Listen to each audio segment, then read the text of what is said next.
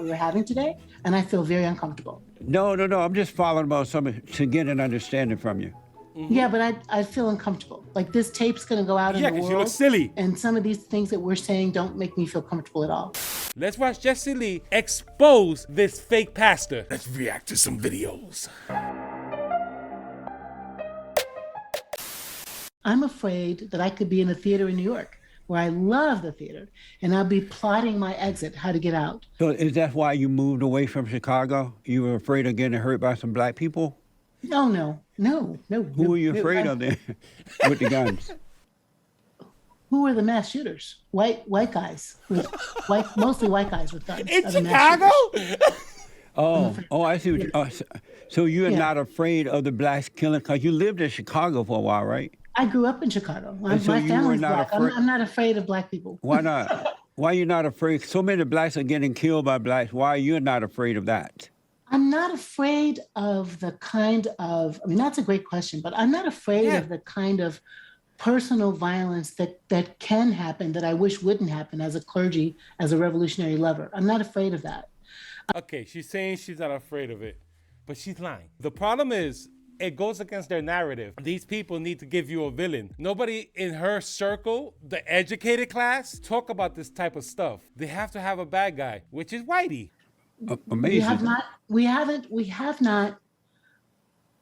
haven't had the courage, not enough of us have had the courage to have conversations across the divisions that would make us one people. Okay. You know, now that you define culture for me, when I was growing up, it was only one culture, and that was America. Yeah. Anyone that was born here, it didn't matter the color and all that. They were just American. It was not divided, so it made for an amazing country. Do you think it was a mistake to let all these other people come into America?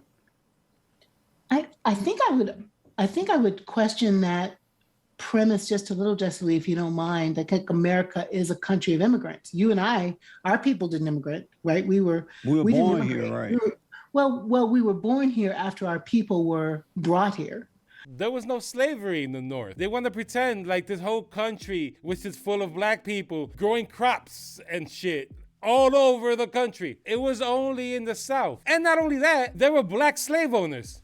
I think the first slave owner that was like officially acknowledged by the courts in this country was a black dude. And it's not that they're stupid, it's that they know it goes against their narrative, so they don't like to speak about it. They don't teach about it in schools. They might just mention it in passing. But most people don't know how many black slave owners were in this country.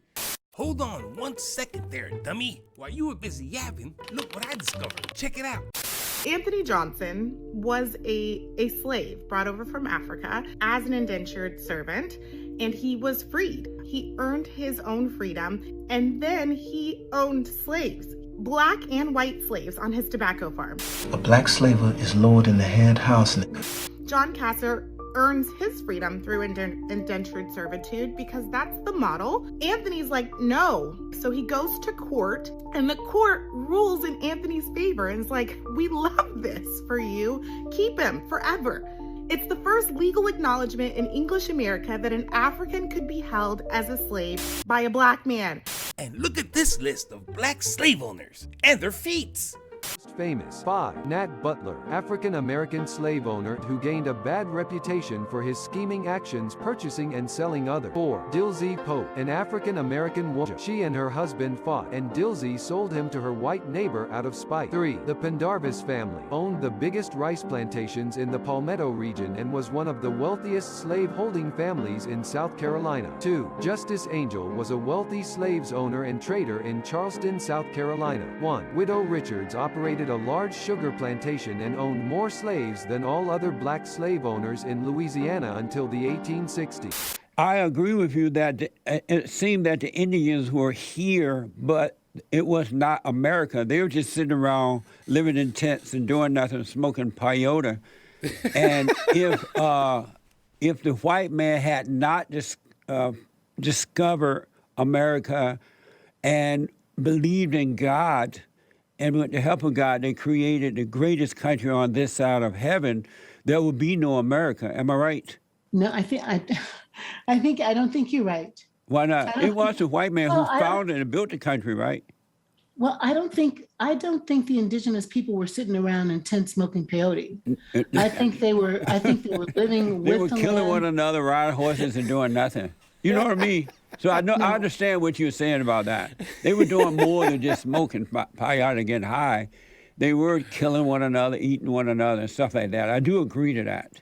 This is another thing that kills me with the intellectuals. Since they're always looking to demonize the white people who created this country, there's this thing where they like to look at Native Americans like they were some gods or some spiritual leaders of the American world. Those people killed each other. They enslaved each other. They ate each other. They built these nice pyramids. These people were building that to sacrifice humans to the gods. They will take them as slaves. They'll kill them, chop their head up, use their blood, their women, eat them. They will do all that nonsense. And the white man came here and brought Christianity, and we have this. And these intellectuals want to pretend like Native Americans would have had something going on more glorious here. No, I'm not saying that. Oh, you're I'm not saying that? at all. What No. else were they doing there? They were living in the land, on the land, Nothing. raising children, hunting buffalo, raising corn, making food, making children, living on the land. And then the Pope told the Spaniards, go and discover America. And then the whites came, and then the whites took the land. Do you And agree then- that if it wasn't for the white people, Yo, that is the most elementary school explanation of the natives and what happened back then. This woman wrote a book. finding and creating the greatest country, there would be no America? No, we would not be here. We would be somewhere else. You agree to that? I agree that this nation was named for Amerigo Vespucci, who was a ship runner. Columbus had not found or discovered, however you want to call it, and then got together with some other white men and with the help of God and created the greatest country on this country. You notice everybody and their mama trying to come here. It's not like it's not the best place. Would there be an America? There would be something. But it wouldn't be America, right? No. Amazing. Are you grateful for that? Am I grateful for? That they did found and created the greatest country on this side of heaven, America. That the white man did do that. Are you grateful for that? Uh-oh. No, Are you not grateful? Oh! no, Why not? because I'm embarrassed. Why are I'm you embarrassed? ashamed that this land was stolen. I'm ashamed that my ancestors were kidnapped and built it. And I'm ashamed that white supremacy still hijacks the agenda here. And that's not all the white people, but the founding principles of our nation leave so many people behind. Amazing. Let me ask, can you define white supremacy for me? Because I don't know what that means. Yes, you do. What does it mean? Don't you? No, Don't I you? really don't. Because I hear a lot of black people saying that, and I wonder why they think that white people are superior to them, because I hear a lot of black people calling white people white supremacists, and in my mind, it sounds like they believe that white people are superior to them. Well, that's not what it means. What do it mean then? It doesn't mean that I, as a black person, think the white people are superior. It So means why that the would you white- use that word, Uh-oh. the whites? Supremacy. pause? Can we it just- implies that you believe that. No, it doesn't imply. Can we stop for a minute? Yes. This is not the conversation I thought we were having today, and I feel very uncomfortable. No. I'm just following about something to get an understanding from you. Yeah, but I feel uncomfortable. Like this tape's going to go out in Yeah, the 'cause world. you look silly. And some of these things that we're saying don't make me feel comfortable at all. But you write about I'd them like- and you talk about them, so I just want a better understanding because I'm black and slow. A lot of things I just don't understand. That's all. I don't feel comfortable. All right, relax. You're not. doing fine. No, I know I'm doing fine. I'm saying I don't feel comfortable. Oh, but So relax. I'd like our producer whoever that is, to pause tape. I'm not going to do this interview right now. It doesn't feel comfortable to me. But all I'm doing is following up on what you have said to get an understanding why you feel so uncomfortable. Because it doesn't feel like we're having a conversation. It feels like it doesn't feel like we're having a conversation. And I feel uncomfortable that when we put this in the world, it might not be clear what my point of view is. No, like you're very clear. My point of view is not that white people are superior to me. My point of view was not that I'm afraid of Black people in Chicago and that's why I moved. So far, there's 3 or 4 things that feel to me like we're not having a good understanding. And I'm not kidding. I'm not talking anymore until they stop the tape and we take a break. Well, relax. We'll just and see if you still feel uncomfortable. Let me know, all right?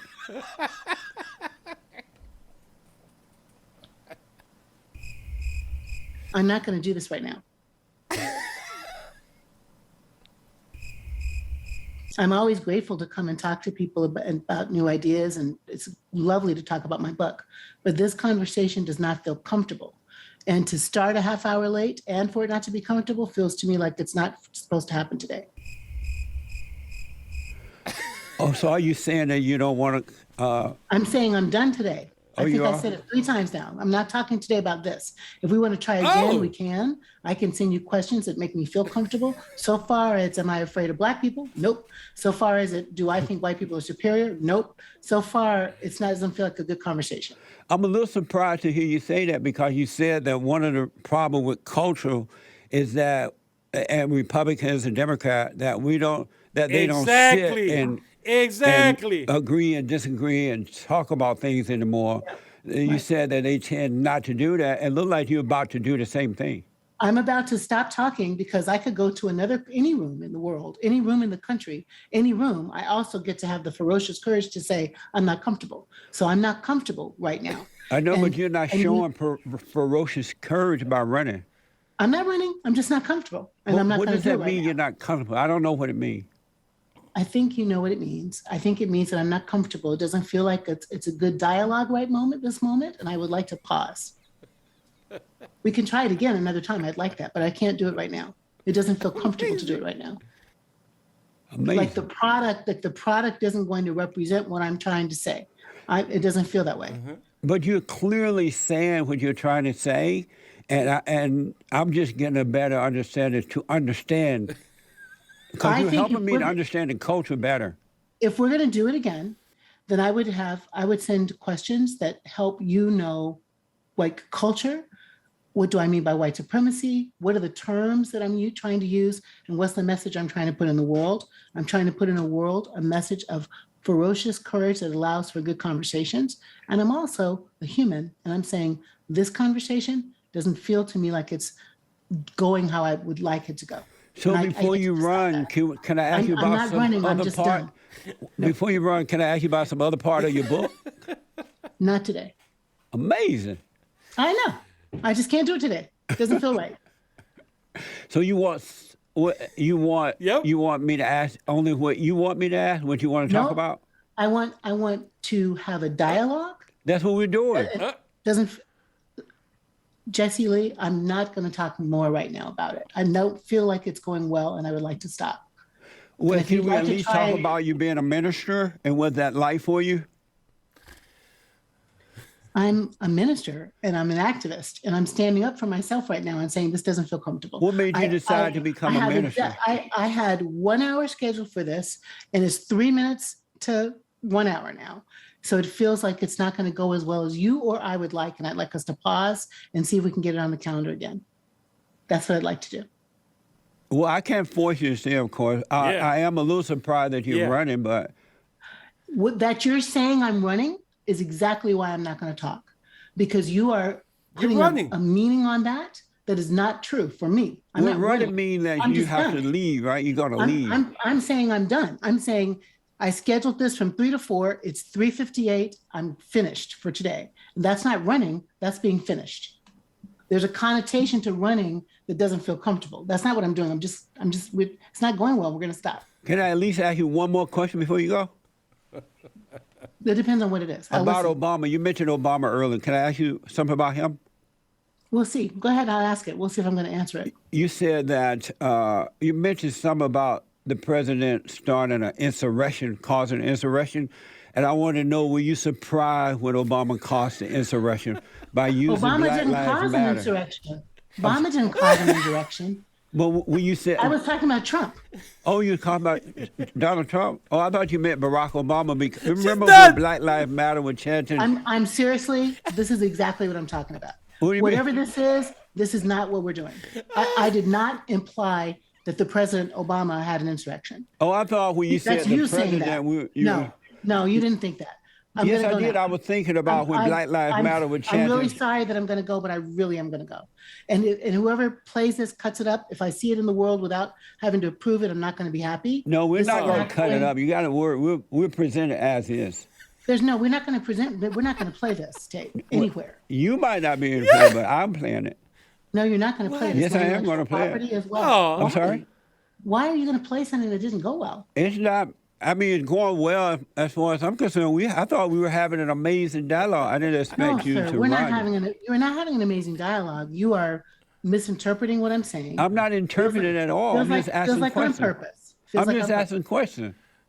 Beautiful people in the world, if you hear this, I'm Jackie Lewis. I'd love to talk with you later. She ran. What the? He exposed her, and I love him for it. Let me know what you think. Like, comment, subscribe. Peace. Like, subscribe, and share for more videos like this. And I'll see you next time on Z's Take.